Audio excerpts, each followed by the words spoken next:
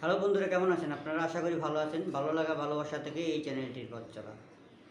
অনেকে আমাকে রিকোয়েস্ট করেছেন, সেটা হলো ফায়ার সম্পর্কিত অনেকগুলো ভিডিও আছে, তারপরেও ফায়ার রিলেটেড এবং ফায়ার মিশন সম্পর্কিত একটু জানার জন্য আপনারা রিকোয়েস্ট করেছেন। সেই ফায়ার মিশনটা কী?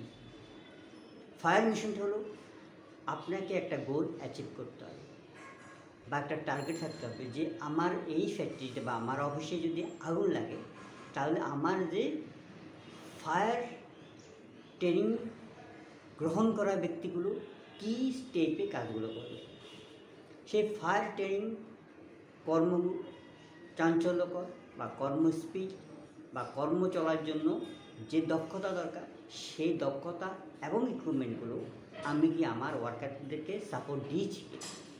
যদি আমি ইকুইপমেন্টগুলো সাপোর্ট দিয়ে না থাকি, তাহলে শুধু ধার তলোয়ার ছাড়া এই কাজটি সম্পন্ন করা কি সম্ভব?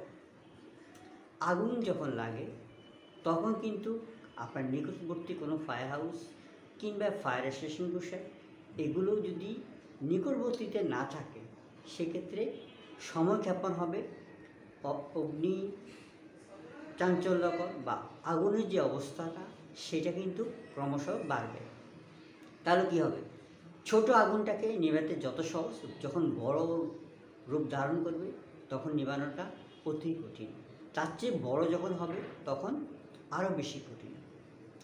ছোট্ট অবস্থায় যদি আপনি আগুনটাকে নিয়ন্ত্রণ করতে পারেন, তাহলে ফায়ার ব্রিগেডের আর প্রয়োজন হয় না। ফায়ার ব্রিগেডকে আপনি সংবাদ দেবেন আসার যে সময়টুকু, সেই সময়টুকুতে আগুন কিন্তু অনেক বড় হয়ে যায়। সেই বড় হওয়ার আগ মুহূর্তে যদি আপনি নিয়ন্ত্রণ করতে পারেন, সেক্ষেত্রে কী হবে? আপনার ক্ষতির পরিমাণ কমে আসবে। ফায়ার ব্রিগেড আসবে, ফায়ার ব্রিগেড আগুন নেভাবে, সে পর্যন্ত আপনার অনেক কিছুই থাকবে না। সেই না থাকার আগে থাকার জন্য আপনাকে ট্রেনিংয়ের ব্যবস্থা করা, ইকুইপমেন্টকে প্রপারলি ইনস্টল করা, ইকুইপমেন্টগুলো সার্ভিসেবল কিনা সেগুলোকে দেখে নেওয়া, সর্বোপরি কন্টিনিউ এই ইকুইপমেন্টের উপরে একজন লোক নিয়োগ করা। সেই লোকের দায়িত্ব হবে ইকুইপমেন্টগুলো সঠিক স্থানে আছে কিনা, এগুলো ইউজ করার মতো উপযুক্ত কিনা, এইগুলো সঠিকভাবে পরিচালনা করার জন্য যে টিম রয়ে গেছে সেই টিমের দক্ষতা আছে কিনা। যদি এই টিমের কোনো দক্ষতার প্রয়োজন হয়, সেক্ষেত্রে অবশ্যই টিমটাকে ট্রেনিংয়ের আওতায় আনতে হবে। টিমটাকে ট্রেনিং করে এটাকে রিভিউ নেওয়া এবং ওই রিভিউর মাধ্যমে এই টিমটাকে পরিচালনা করা।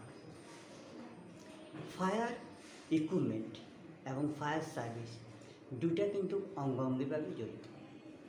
ফায়ার ব্রিগেড থেকে লোক আসে যে আগুনটা নিভাবে, সেই সময়টুকুকে সেভ করার জন্য কোম্পানি বা ফ্যাক্টরিতে এরকম টিম গঠন করা, সেই টিমটাকে কন্টিনিউ রিভিউতে রাখা, ফায়ার ডিল করা, ফায়ার ইকুইপমেন্টগুলো ইউজ করে দেখানো। যদি এই সিস্টেমগুলো বহাল থাকে, সেক্ষেত্রে কী হবে? কন্টিনিউ ফায়ার সার্ভিসের উপরে ডিপেন্ড করতে আর আপনাকে হবে না। কেননা ছোট আগুনটাকে তৎক্ষণাৎ নিয়ন্ত্রণ করা কোম্পানি ও ফ্যাক্টরির মধ্যে সেই ধরনের দক্ষ জনবল রয়ে গেছে।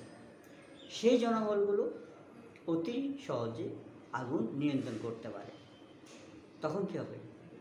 আপনার আগুনগুলো কন্ট্রোলে চলে আসবে। ফায়ার হাউস বা ফায়ার হাউসে যে পাম্পগুলো, যেহেতু এটা অটোমেটিক চলে, অটো সার্ভিসটা আছে কি না কন্টিনিউ প্রয়োজন বলে প্রতিদিন একটু টেস্ট করে দেখা যে পানি আছে কি না, হোস পাইপটা সার্ভিসেবল কি না। যখন জরুরি প্রয়োজন হবে, দেখা যাবে যে স্টকে যে পানি থাকার কথা সেটা নেই, পাম্পটা চলার কথা সে পাম্পটা চলছে না, সুইচ খারাপ, তাহলে কী হবে? এই সার্ভিসগুলো কখনো প্রপারলি পাওয়া যাবে না। কন্টিনিউ ইকুইপমেন্টগুলো সার্ভিসেবল কিনা, ইকুইপমেন্টগুলো চলে কিনা, টিম ঠিক আছে কিনা, টিমের দক্ষতা আছে কিনা, টিমের কোনো লোক যদি অসুস্থ থাকে, সেক্ষেত্রে পরবর্তী বা তার ব্যাকআপে কোন লোকটা কাজ করবে তাকে সঠিকভাবে দিক নির্দেশনা দেওয়া। যদি সঠিকভাবে দিক নির্দেশনা দেওয়া যায়, সেক্ষেত্রে অবশ্যই এই সার্ভিসটা 100% পাওয়া যাবে।